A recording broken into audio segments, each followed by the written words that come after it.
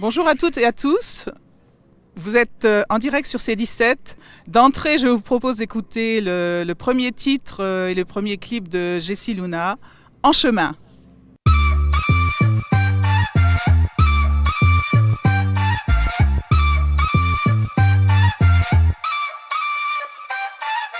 Tous les signaux étaient au vert, moment parfait pour une virée. Il y avait 1000 itinéraires, on choisirait notre préféré. Poussés par nos instincts, nous on a pris la route. Sous ce soleil divin, non pas l'ombre d'un doute. Cette fois-ci on irait jusqu'à notre idéal. Ensemble on atteindrait la destinée finale. En chemin, en chemin, en chemin, en chemin.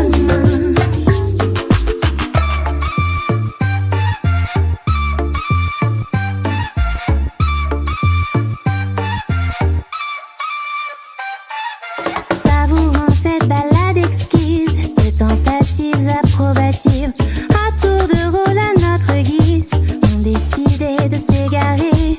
Les sentiers inconnus faisaient se découvrir nos cœurs encore émus et pris de nos sourires. En vitesse de croisière, ensemble on la voyait, la destinée solaire peu à peu s'approcher. Bonjour Jessie Luna. Bonjour. C'est votre nom de scène, si je puis dire. Comment pouvez-vous expliquer ce titre, cet intitulé Jessie Luna? Ah, mon nom de scène. Alors, c'est un mélange. Enfin, j'ai pris beaucoup de temps à essayer de bien réfléchir. C'est le résultat d'une introspection. Et c'est un mélange de mon prénom, donc Jessica, Jess pour les plus intimes, et de on va dire, ma relation assez particulière avec la Lune. Je m'identifie assez facilement à ses variations, on va dire, et à son énergie. Voilà.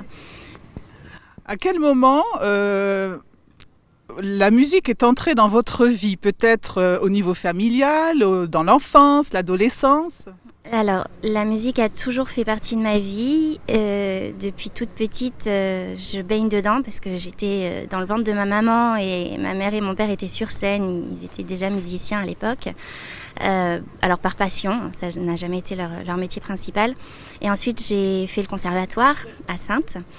Et j'ai laissé un petit peu la musique de côté, on va dire vers 17-18 ans, pour me consacrer vraiment à mes études supérieures et après voyager. J'ai beaucoup voyagé, voilà.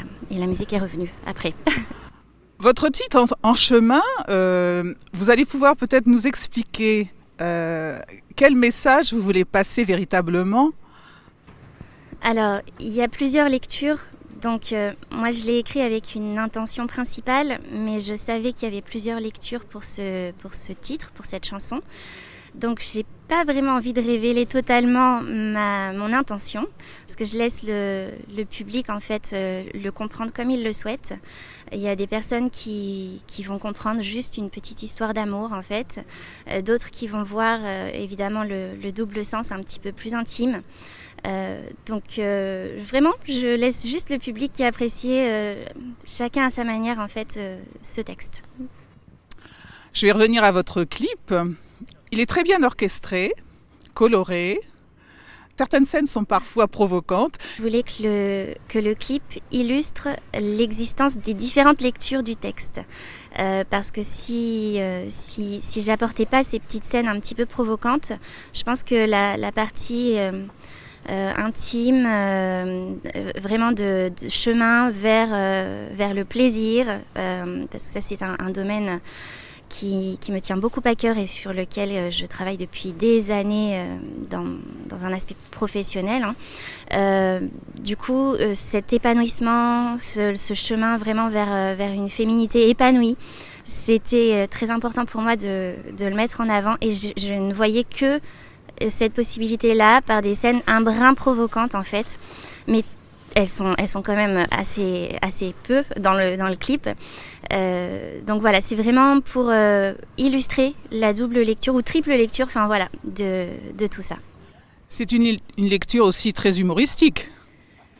Oui, alors il y a beaucoup de dérision, il y a beaucoup de clichés. J'ai vraiment voulu jouer à fond sur les clichés. Il y a beaucoup d'humour parce qu'on s'est aussi très très bien amusé à le faire. Et Nicolas a toutes ces qualités-là. En fait, il a beaucoup d'humour, beaucoup d'autodérision aussi. Donc ça a donné vraiment un résultat, oui, globalement coloré et très humoristique. Alors justement, vous parlez de Nicolas. Quelles sont les personnes qui vous ont aidé à concrétiser ce projet ? Alors elles sont assez nombreuses. Donc il y a forcément Nicolas, l'acteur du clip, qui joue le rôle de l'homme, qui n'est pas forcément un rôle très facile dans ce texte. Donc je le remercie encore du fond du cœur d'avoir accepté de jouer ce rôle. Il y a le vidéaste aussi, Sébastien Cassen, et son acolyte Ben. Donc ça, c'est toute l'équipe technique.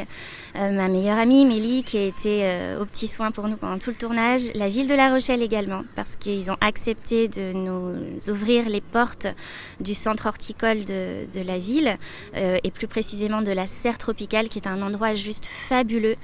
À mes yeux, pas assez connu encore par les Rochelais. J'espère que c'est quelque chose qu'on pourra visiter plus largement quand la situation sera rétablie. Donc voilà, et puis aussi il y a toute l'équipe qui m'accompagne pour la musique. Au niveau musique, y a-t-il des personnalités aussi qui vous ont accompagné ? Il me semble que j'ai lu quelque chose aussi là-dessus, si vous pouvez en dire un petit peu plus ? Bien sûr, une grande personnalité, Valérie Boston, qui m'accompagne depuis le début, depuis mes tout premiers pas avec le chant. Parce que j'ai travaillé la musique au conservatoire, mais c'était le saxo. Le chant, je ne l'avais pas encore abordé. Donc j'ai rencontré Valérie Boston en 2018, si je ne me trompe pas, et ça a changé vraiment beaucoup de choses dans ma vie. Donc une personne fabuleuse qui m'accompagne donc dans ce projet de développement de titres pour constituer un EP, un mini-album. Il y a aussi Bastien Baudin, que je tiens à citer parce qu'il donne vraiment vie à mes chansons. C'est lui qui fait tout le mix et le mastering. Bastien Baudin, je ne sais pas si... Enfin, pour le situer, il est gérant du restaurant Le Boniato, juste à côté du marché. Voilà. Donc c'est aussi une belle rencontre, une belle histoire. On retrouve aussi des influences très latines et pop. Je pense que c'est votre préférence. C'est quand même assez inné chez vous, le latino bachata. Oui, c'est mon histoire. En effet, j'ai très rapidement voyagé en Amérique latine. J'ai vécu en Espagne, j'ai vécu en République dominicaine plus précisément, près de 4 ans. Donc ça fait vraiment partie de moi. J'ai toujours été très attirée par ces zones-là du monde. C'est des musiques, il y a une musicalité qui m'emporte, c'est absolument inexplicable. Si vous me mettez là un son de bachata tout de suite, vous allez me perdre. Donc non, vraiment, voilà. Donc ça fait partie de mon ADN physique et musical, j'ai envie de dire. Et du coup, c'était impossible de créer des chansons sans faire transpirer cet ADN-là. Voilà. Voilà une belle balade colorée, vitaminée, à consommer sans modération. Je vous laisse découvrir le titre et le clip de Jessie Luna. À bientôt sur C17. Au revoir, Jessie.